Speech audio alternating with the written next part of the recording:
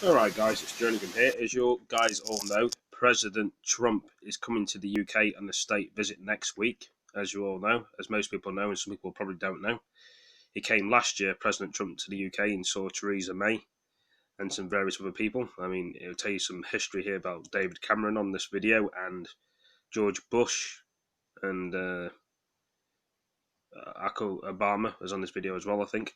But this is last year's video when President Trump came to the UK on the state visit. He's got another state visit next week. I don't know what day it is, but most of President Trump security guards are already here in the UK. I don't know if it's going to be in. I don't want to say it's in the UK, but I don't know what area it's going to be in. Nobody knows. But anyway, let's watch the video. It's probably somewhere in the UK. Remember this? A royal shuffle. So there's the Queen and President Trump last year. And you get Theresa May and Trump. After some hand wringing.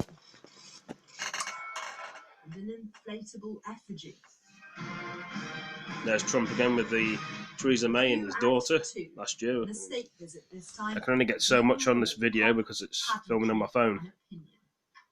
This is on Sky News, if you've not seen it. Launching a decidedly undiplomatic attack. I don't think we should be rolling out the red carpet. I don't think this should be a state visit. And why do I say that? I think our closest ally is akin to a best friend. And the thing about a best friend is, of course, you stand shoulder to shoulder with them at times of adversity, but you've got to call them out when you think they're wrong. And there are so many things about President Donald Trump's policies that are the antithesis of our values in London, but also our values as a country. The Sun will welcome Mr. Trump's Brexit cheerleading. Ambassador Bolton, how are you? Lovely to see you. And the President's National Security Advisor told me his boss is determined to secure a UK-US trade deal after it, even though Theresa May's time at number 10 is almost up. Of course, the Brexit negotiations will be handled by her successor.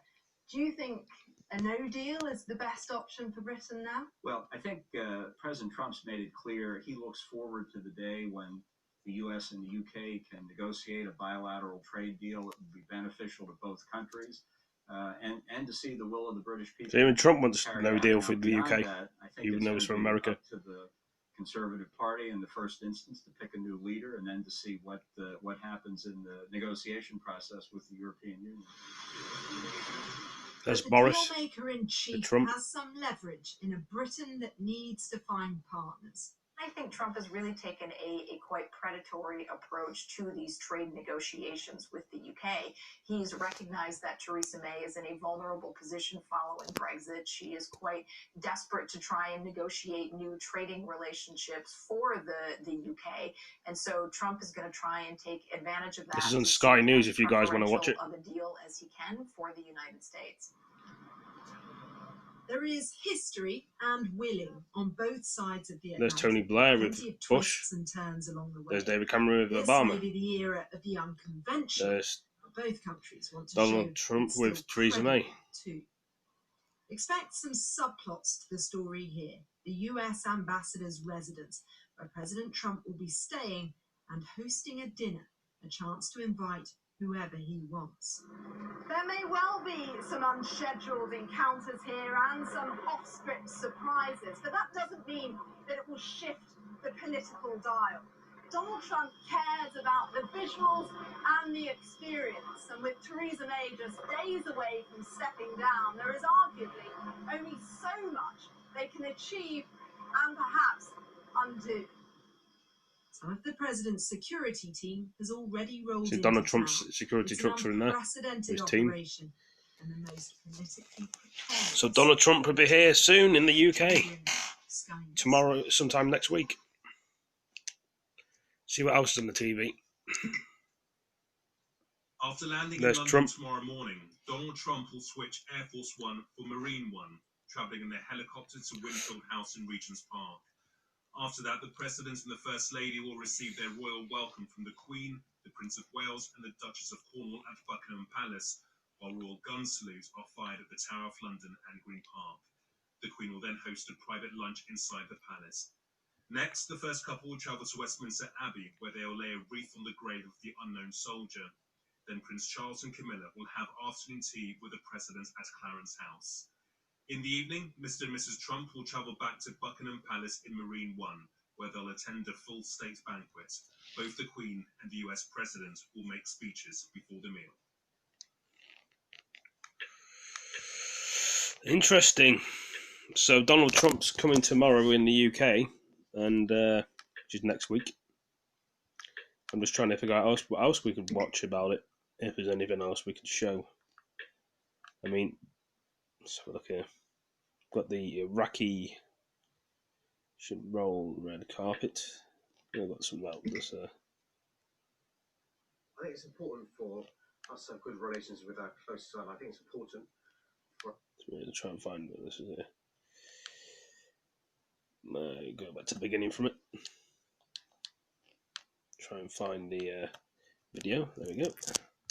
I think it's important for us to have good relations with our closest ally. I think it's important for our allies to be here to commemorate the 75th anniversary of the D-Day landings. We're going to have good relations with the USA. I don't think we should be rolling out the red carpet. I don't think this should be a state visit. And why do I say that?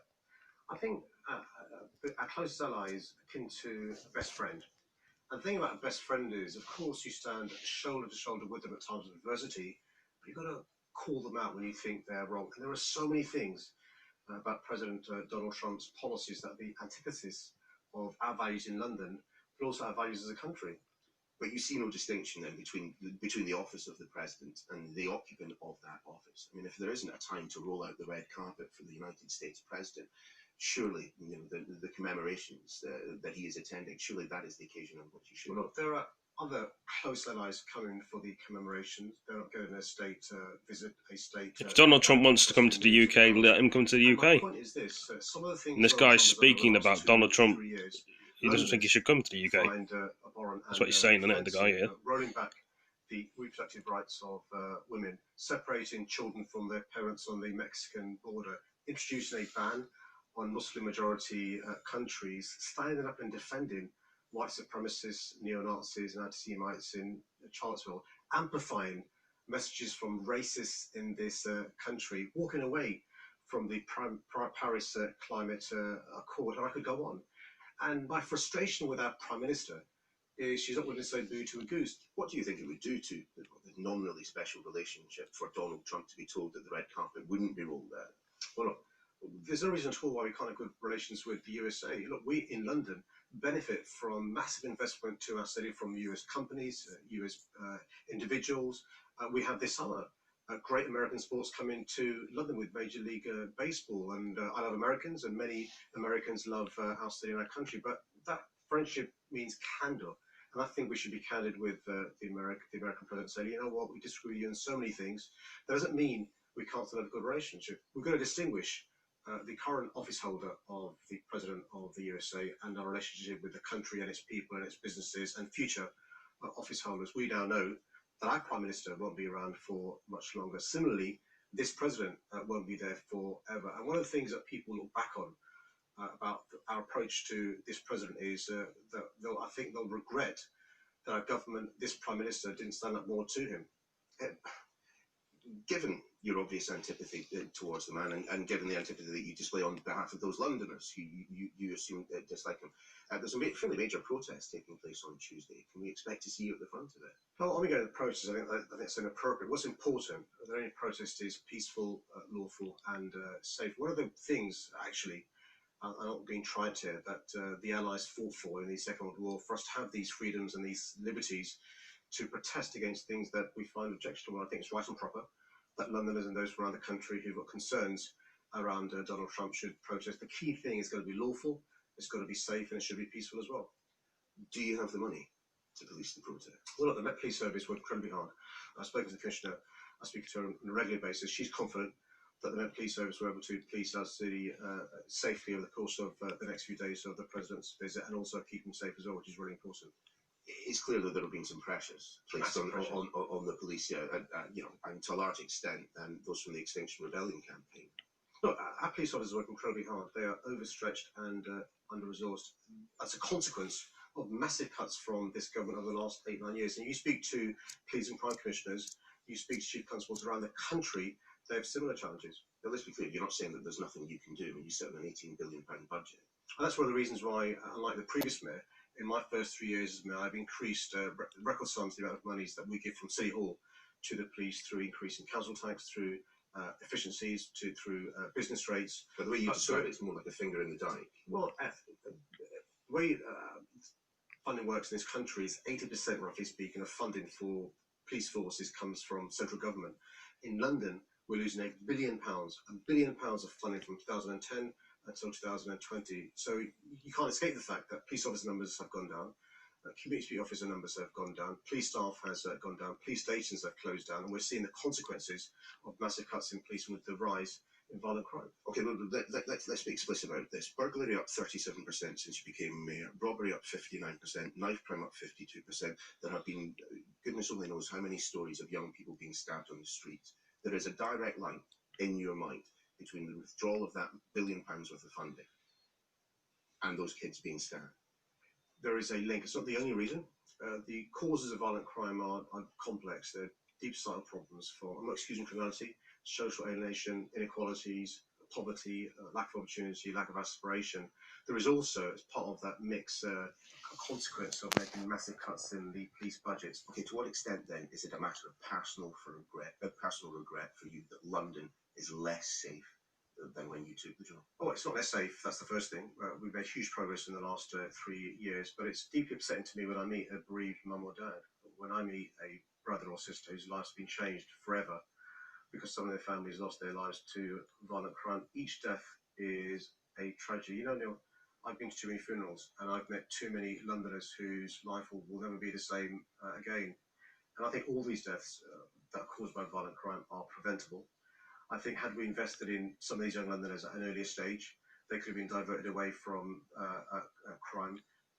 There's no excuse, by the way, for somebody stabbing somebody. Many of the victims are people who were in the wrong place at the wrong time. I wonder if we can turn to Brexit and first of all those European elections. Labour lost ground here in London, rather shockingly, in fact, to many people who followed Labour's fortunes here over the years. Is it that equivocation over the second vote that cost Labour so badly? It was heartbreaking to speak to Labour supporters, Labour activists, and Labour members who couldn't vote Labour in the European elections. Some of the reasons we were given was the lack of clarity around Labour's position around Brexit. Some of the reasons were given a lack of being stronger about the fact that we've been betrayed by those who made promises to leave, and we should be calling for a public vote. And there is a real concern that I've got that unless we clarify at a national level our position on where we stand in the European Union, it could lead to these people who didn't vote for us in the European elections not voting for us the next time there's an election. I mean, let's be clear, the second referendum was clearly an issue, perhaps as much of an issue as the person that's leading the party, sure, Jerningam. A big issue was the lack of clarity in our position on Europe. A big issue was the fact that we're not being stronger in relation to the need for a public vote. My view is quite clear. My view is that what we're being presented with now from the government is a million miles away from what was promised in the referendum campaign. In light of that, the British public, for the first time, should give us a, do you accept this deal negotiated by the government with the option of remaining in the EU? I mean, the Labour Party is, everyone would admit, in something of an invidious position. You know, you've got the Leave voters in the north and the Remain voters in the south. Is there a way to square the circle? You know, sometimes leadership is about leading from the front. You want to make sure there's people following you, but you've got to be authentic and have conviction in what you believe in. We now know that Parliament's in gridlock. Parliament can't decide what is the optimal outcome. Now, actually, there's a pragmatic case now for saying there should be public votes. So not just because you're a conviction politician, but for pragmatic reasons, give the British public a say for the first time, do you want to stay in the European Union as imperfect as it is, reform it if you can, or do you accept the deal negotiated by the government? That will lead to, by the way, less jobs, less wealth, less prosperity. We're already seeing a consequence on the NHS and in construction and other sectors. That's before we've left the European Union. I suppose I should pretty quickly just check. You did vote Labour I did. during the European election. Good. We can move on from that. Now, in all seriousness, where does the Labour Party go with all the lack of electoral success that it has had? I voted Conservative. Where does it Nigel Farage is probably going to be the best option to lead the Jeremy EU. Corbyn's the right party. He's won not one but two elections to be the leader. He's got my full support. I think those are the only elections that he has won. Well, I mean, to be fair, the last time a general election was called, Theresa May, the Conservative leader, was 20 points ahead in the polls. The only reason why she called the general election was to try and wipe out Labour and to win a massive majority so she could negotiate an extreme Brexit deal with the European Union. And Jeremy Corbyn showed his abilities to campaign. I'm disappointed we didn't win the last general election, but I'm confident that if we stay united and we have a good manifesto, we can win. And that means, by the way, making sure we're clear in relation to our views in the European Union. I wonder, to what extent do you think that being Mayor of London sets one up to be a Prime Minister of the United Kingdom? No, listen, I'm loving being in London. I love this city. I'm looking forward to my next 2, 3, 4 terms. I'm perhaps thinking of maybe the chap that came before you, whether or not Boris Johnson, you feel that his time here at City Hall perhaps made him, I don't know, a little bit more practical, a little more closer to the numbers. Is there anything that he took from his time here at City Hall that you can see translating well into his time? I've spent my first 3 years as mayor spending too much time cleaning up his mess. The idea that Boris Johnson's record as mayor is an application for the job of being Prime Minister, I find astonishing.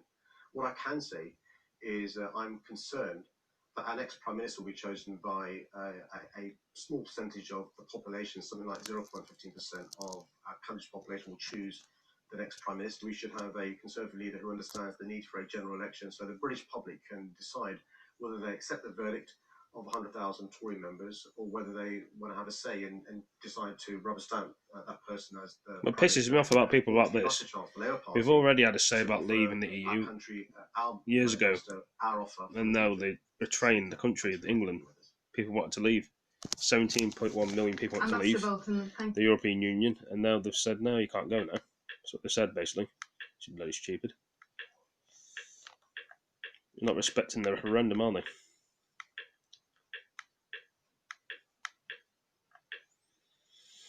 That's what irritates me and probably irritates a load of other people. I'm just seeing what's on today's news. The weather, sponsored by Qatar Airways. So the weekend brought the highest temperature of the year so far. So this is happening now in the news. Cooler and more unsettled. Monday will start fine for most, if chilly in some rural spots, but showers will just looking at the weather patterns, what's going to be for tomorrow. And hills there will see gales. England and Wales will have a mostly the time literally for the UK is like nearly 12 o'clock night time. It's dark outside. There'll be sunny spells in between. Southeast England will be noticeably cooler than recent days. So if lots of people watch this video, which they do, I have a few followers that watch me, they see yesterday's results for the weather in the UK. Will bring further showers, but much of northern and eastern England should stay fine. More prolonged rain will reach southwest Ireland. I just want to see what's on the news today. See if there's anything interesting on the news. I've shown the Donald Trump video and people talking about Donald Trump on the video I've done now. And now we're going to see what's on here now. The weather, sponsored by Qatar Airways. Sky News. Coming up at midnight here on Sky News, you're not welcome. The Mayor of London says it's wrong to roll out the red carpet for President Trump as the UK prepares for his state visit. Donald Trump will be taking off from Washington in the next hour or so, landing in London for the start of that 3-day visit. He will, of course, meet with the Queen, the Prince of Wales, the Duchess of Cornwall, for their Royal Gun salute. The Queen will host a private lunch for the first couple.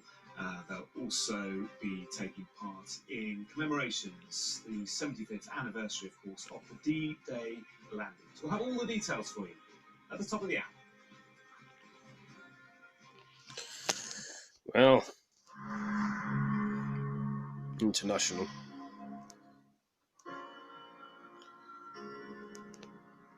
Gives you a bit of an idea what happens in other countries on the news. 70 years scene, Berlin.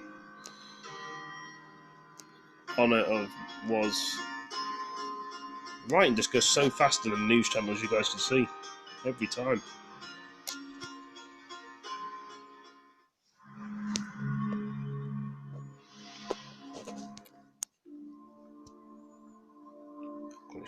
and cash.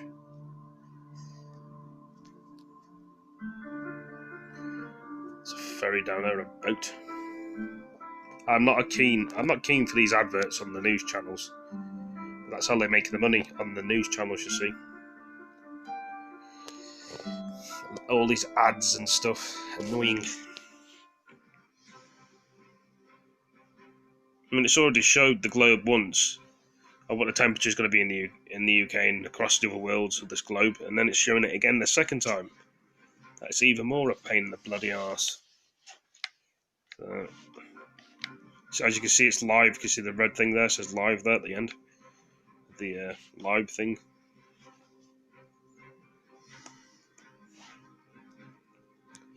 Most of you guys probably would need 1,000 subscribers to go live on your phone for YouTube, or some of you may pre-record the videos to upload.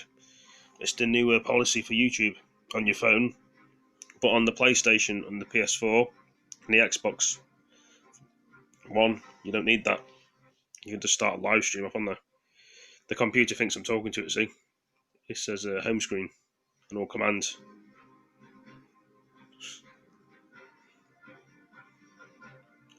The world globe. Giant football. The whole world's a giant circle.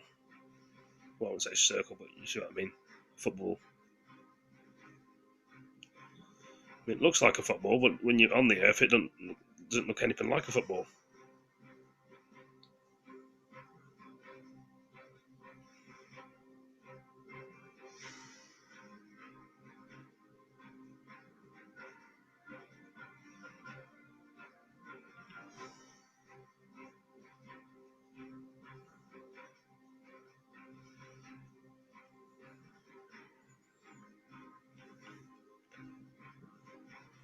This really does my head in, watching this crap.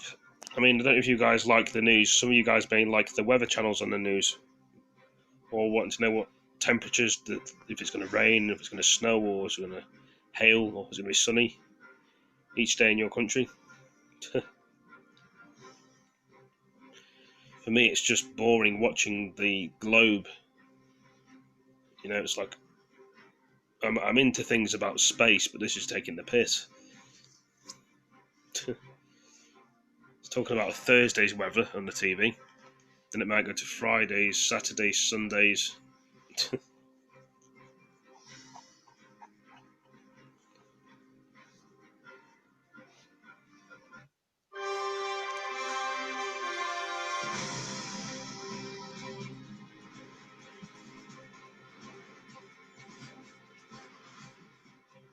Why London's mayor won't be rolling out the red carpet as the UK prepares for Donald Trump's arrival. Our closest ally is akin to a best friend. And the thing about a best friend is, of course, you stand shoulder to shoulder with them at times of adversity. You've got to call them out when you think they're wrong. Also this morning, a welcome home fit for champions. The newly crowned football kings of Europe celebrate with fans in Liverpool.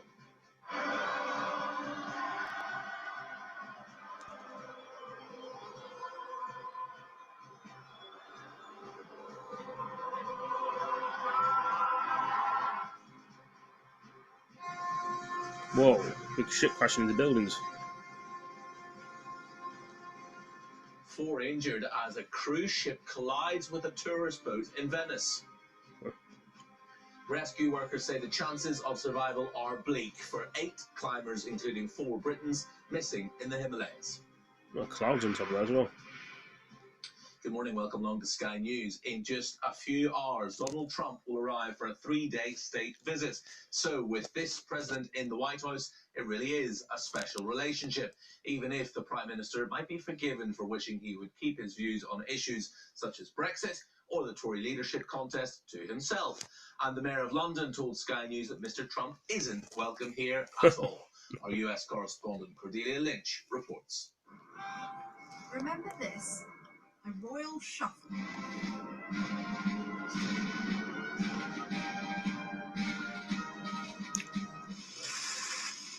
Hand-holding after some hand-wringing. And an inflatable effigy.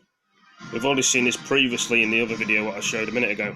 It's just recapping on what's going on. A state visit this time, with even more pomp, pageantry, and opinion. The Mayor of London doesn't want any of it, launching a decidedly undiplomatic attack on President Trump. I don't think we should be rolling out the red carpet. I don't think this should be a state visit. And why do I say that? I think our closest ally is akin to a best friend. And the thing about a best friend So if you guys have missed what was in the video, I've shown the clip again live before it was pre-recorded. Donald Trump's What's the news channel thing? Of our values in London, but also our values as a country. Some will welcome Mr. Trump's Brexit cheerleading and opining, though. Nigel Farage is a friend of mine. Boris is a friend of mine. The European Union have all the cards. If you don't get the deal you want, if you don't get a fair deal, then you walk away. Ambassador Bolton, how are you? Lovely to see you. The President's National Security Advisor insisted to me his boss is determined to secure a good UK-US trade deal. Theresa May would, of course, be long gone. The Brexit negotiations will be handled by her successor. Do you think a no deal is the best option for Britain now? Well, I think President Trump's made it clear he looks forward to the day when the U.S. and the U.K. can negotiate a bilateral trade deal that would be beneficial to both countries, and to see the will of the British people carried out. Now, beyond that, I think it's going to be up to the Conservative Party in the first instance to pick a new leader, and then to see what happens in the negotiation process with the European Union. The reality is the self-styled deal-maker-in-chief has leverage over a Britain that needs to forge new partnerships. I think Trump has really taken a quite predatory approach to these trade negotiations with the UK.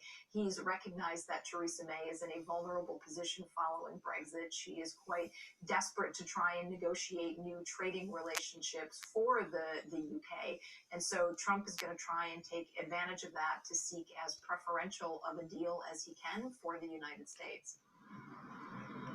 There is history and willing on both sides of the Atlantic, and a relationship that has survived many faces. It does feel like they show the same things on the news that we've seen on the phone what I've filmed so far. They won't want to lose the same thing over and over again. You can probably expect to see some subplots start to emerge from these lavish grounds, though the US ambassador's residence, where President Trump will be staying and hosting a dinner. A chance to invite whoever he wants, including potentially Nigel Farage and Boris Johnson. There may well be some unscheduled encounters here and some off-script surprises, but that doesn't mean that it will shift the political dial. Donald Trump cares about the visuals and the experience, and with Theresa May just days away from stepping down, there is arguably only so much they can achieve and perhaps undo. Some of the president's security team has already rolled into town. It's an unprecedented operation and the most politically precarious of times. Cordelia Lynch, Sky News. Let's take a closer look at what's in store for the president later today. After landing in London this morning, Donald Trump will switch Air Force One for Marine One, travelling in the helicopter to Winfield House in Regent's Park. After that, the President and the First Lady will receive their royal welcome from the Queen, the Prince of Wales and the Duchess of Cornwall at Buckingham Palace, while royal gun salutes are fired at the Tower of London and Green Park. The Queen will then host a private lunch inside Buckingham Palace. Next, the first couple will travel to Westminster Abbey, where they'll lay a wreath on the grave of the unknown soldier. Then Prince Charles and Camilla will have afternoon tea with the President at Clarence House. And in the evening, Mr. and Mrs. Trump will travel back to Buckingham Palace in Marine One, where they'll attend a full state banquet. Both the Queen and the US President will make speeches before the meal. Well, Donald Trump will also be meeting the Queen for a second time. Our royal correspondent, Rhiannon Mills, has been looking at the significance of the state visit. For any world leader, it is a once-in-a-lifetime opportunity. With the Queen as your host, there's nothing quite like a British state visit. Only 2 other American presidents have had the honour, and now it's the turn of Donald Trump. Like other American presidents, Donald Trump isn't getting that carriage procession down the Mall, and that's mainly because of security. But by the time he reaches Buckingham Palace, he will witness that full spectacular display of British pageantry for the ceremonial welcome.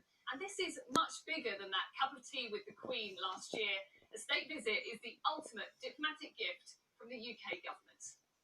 The glamorous state banquet is always a show-stopping moment, and Trump wouldn't be the first to be overwhelmed by it.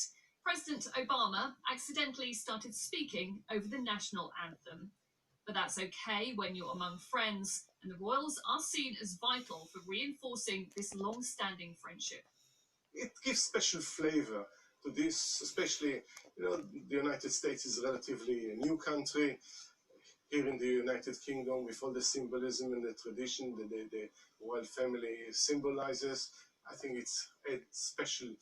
It makes it more colorful, and the flavor is more interesting, especially for the American audience. It will be a family affair, with the president bringing as many relatives as possible to meet the Windsors, and the 93-year-old monarch supported by her children and grandchildren. Congratulations. Thank you. One absentee will be the Duchess of Sussex, who has the excuse of maternity leave for not meeting her fellow American, who she once described as a misogynist. But the Prince of Wales, whose views on climate change could not be more different from Donald Trump, will play a significant role in making the president feel welcome. One of his advisors on environmental issues believes that Charles could in fact see it as an opportunity and not a chore. Hopefully, as he has done before, he can share some of his passion, share some of his expertise, share many of his positive messages, including with people like President Trump, who don't think climate change is a serious issue, to hopefully build some kind of common cause into the future. Over the past 67 years, the Queen has developed genuine friendships with other presidents. Suggestions that Trump's latest visit would embarrass her just won't be a consideration. She has played her part in this diplomatic dance many times before. Rhiannon Mills, Sky News, at Buckingham Palace. Over 500,000 Liverpool fans have welcomed their Champions League winners back home.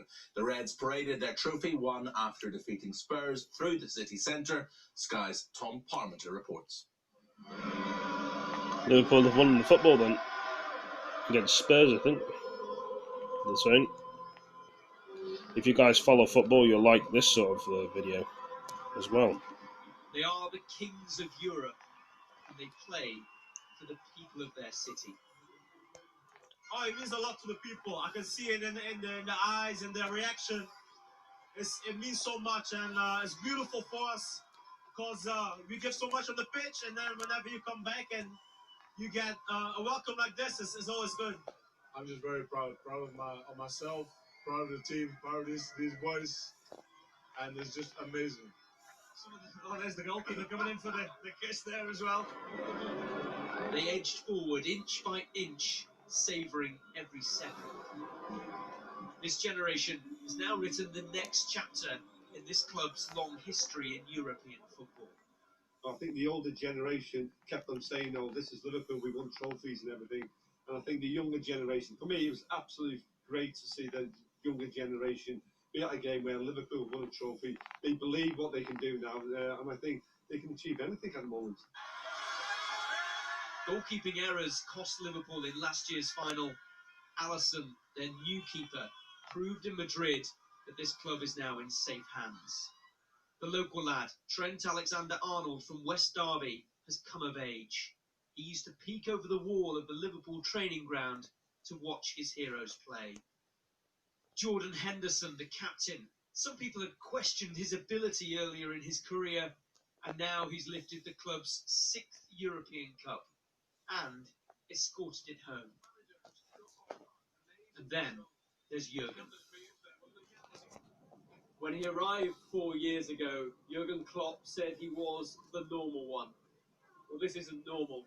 His infectious enthusiasm There's a lot of people in Liverpool there for a football the club team. and the city means that he is now among the true legends of Anfield.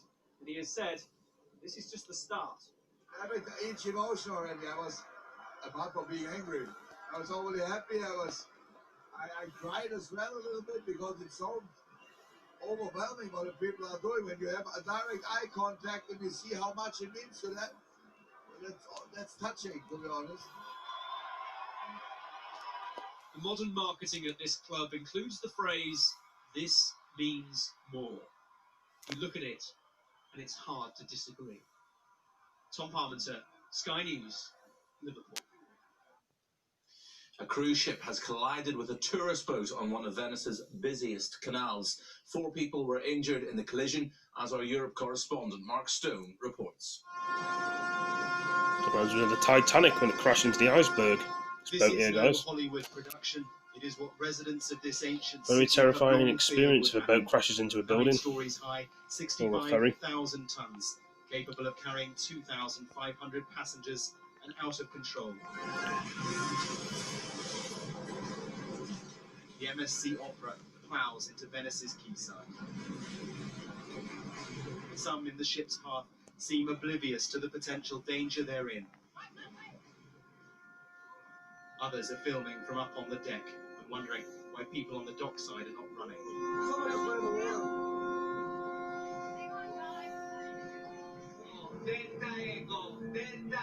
The announcement, Delta Echo, is code for the crew. Damage to the ship and collision imminent. Hold on, hold on. Hold on, stay at the pier.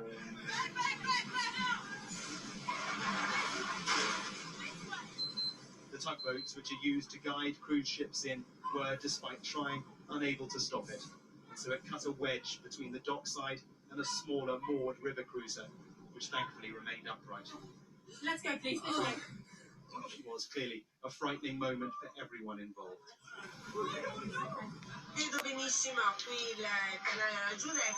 I saw the tip of the ship that was rapidly approaching, and it seemed like it was coming towards my flat. And in fact, it ended up squeezed there. I heard this deafening noise coming closer, the sound of the horn. We were lucky, because it could have been much worse. Well, the ship has now been moved here to the location it was supposed to dock in the first place. The statement from the ship's operator will, for locals here, be more of an understatement. It talks about a technical issue causing the vessel to graze the side of the quay and collide with another smaller boat. It didn't take long for an already established protest movement to gather. From the pollution they cause, the sheer weight of tourists they bring to the island city, and now the danger they pose physically too, these cruise liners are deeply unpopular. Ministers haven't done anything at all. The ships continue to pass through the heart of the historic city from one part of the city to the other. They're putting us in danger. It is remarkable that there were not more injuries. Regardless, though, many here will hope this becomes a turning point. The catalyst to change laws and introduce a more sensible approach that protects tourism of the city too. Mark Stone, Sky News in Italy. Rescue workers say that the chances of finding 8 climbers who went missing in the Himalayas are bleak. It's feared that the group, which includes 4 Britons, could have been caught in an avalanche. They are attempting to reach the summit of India's 2nd highest mountain, Nanda Devi, as Ali Fortescue reports. 20 days since they set off to climb India's 2nd largest mountain, the rescue mission continues to find the 8 missing on Nanda Devi. Officials now say survivors are unlikely to be found. Among the missing 4 British climbers, including Richard Payne, a lecturer at the University of York, and team leader Martin Moran, whose families say they're deeply saddened and want the search area to be widened. Friends say he's one of Britain's best climbers. He's literally one of the most experienced mountaineers in the world. He's a mountain guide, the same as myself. He's been to the Himalaya many times. He lives in the mountains. He spends most days in the mountains. You couldn't get a more experienced mountaineer than Martin, to be honest. 12 initially set off on the climb, but only 4, seen here, returned to the mountain's base camp. The remaining 8 had stayed out to reach another part of Nanda Devi. Very good. Nanda Devi East Parvat. Due to harsh weather conditions, they couldn't reach the summit successfully, so they returned to base camp. Another 8-member group could have had an accident too, as an avalanche has been confirmed in their region. Nanda Devi is notoriously hard to climb. Even reaching the base camp of this 7,500 metre mountain takes 3 days, and bad weather has made the rescue operation nearly impossible. 2 Americans, an Australian, and their Indian liaison officer are also amongst the 8 missing. The search will resume tomorrow, but there's now little hope of finding any survivors on Nanda Devi. Ali Fortescue, Sky News. Brexit Party MEP Anne Widdecombe has been criticised for suggesting that science could help people who are unhappy being gay to change their sexuality. The former Health Minister made the comment in an interview on Sky News' Sophie Ridge on Sunday programme. The fact that we now think it is quite impossible for people to switch sexuality doesn't mean that science may not yet produce an answer at some stage. That was the thrust. No, I'm Just to be clear, you are saying that there's a possibility that science can change sexuality. I don't know any more than people once knew whether it was possible for men to become women. I don't know, and I've never claimed, and this is where I'm misrepresented quite often, I've never claimed that such science already exists. I've never claimed that. I've merely said that if you simply rule out the possibility of it, you're denying people who are confused about their sexuality or discontented with it the chances that you do give to people who want to change gender.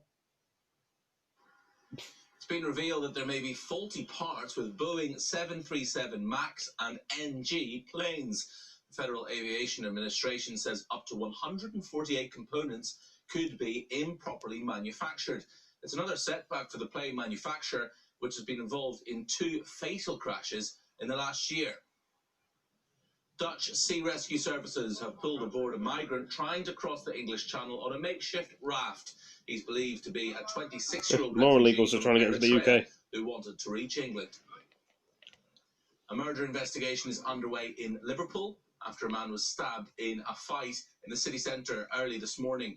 A 33-year-old was found with knife wounds outside a pub and later died in More hospital. stabbings in the UK, 2 it's men ridiculous. aged 19 and 24 have been arrested. 19 and Police 24 have year olds have launched been a arrested. cross-border probe into an attempt to kill a police officer in Belfast. Bomb was placed under the man's vehicle and discovered at Shandon Park Golf Club in East Belfast. Northern Irish detectives are working with their counterparts in the Republic to trace a Dublin-registered green Skoda Octavia. Former Universities Minister Sam Gyimah came onto Sky News yesterday to announce that he's standing to be Conservative leader and says he wants a second referendum on Brexit. Mr Gyimah is the 13th candidate to enter the race. What's the point of having a second referendum? It's going to make no difference. Unlucky Stupid. for some, 13. Yes, They're Tory so leadership stupid bingo sometimes, threw these out a bonus politicians. ball today with the entry of former Minister and arch Remainer Sam Gyimah into the race. Expect the total number to be closer to 20 than 10 before nominations close. Gyimah, at least, has a more direct and straightforward solution to Brexit than many of his fellow contenders: a referendum. To pursue no deal with all that it entails, without the public having given us consent that that is what they want, I believe will be. We want to leave the European Union. We've all made our minds up. Not everybody, some of us have. What's the point of having another second referendum or a people's vote? It's stupid. That's what Jeremy Corbyn would piss and do. Boris Johnson and Michael Gove are conspicuously absent from the TV So it studio. winds me up and gets me angry about this sort of thing. Means people that don't follow Brexit or follow politics, but this takes the piss. Morgan, former Education Secretary, backing Michael Gove.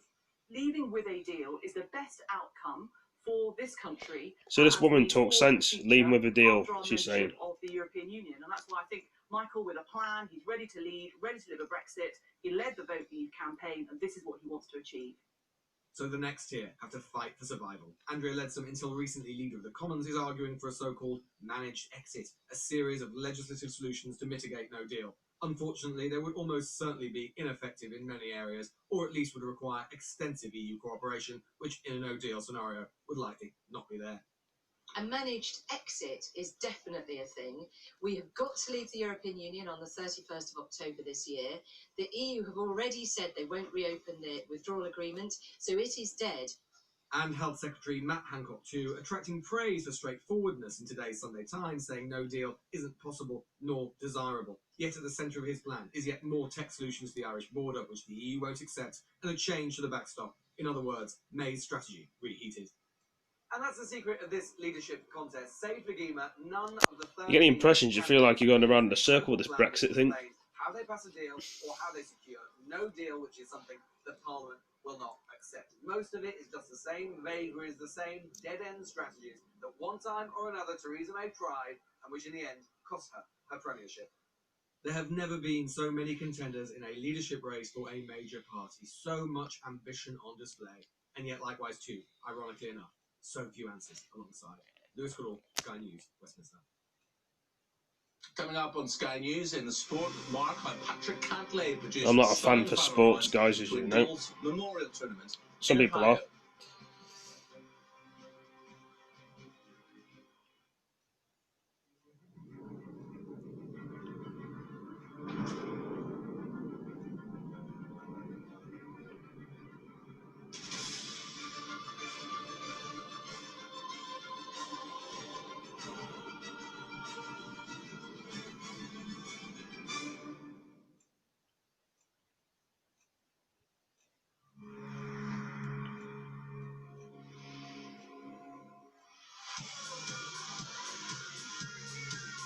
I think I've done enough videos about the news today, about Donald Trump coming to the UK tomorrow on his state visit for 3 days.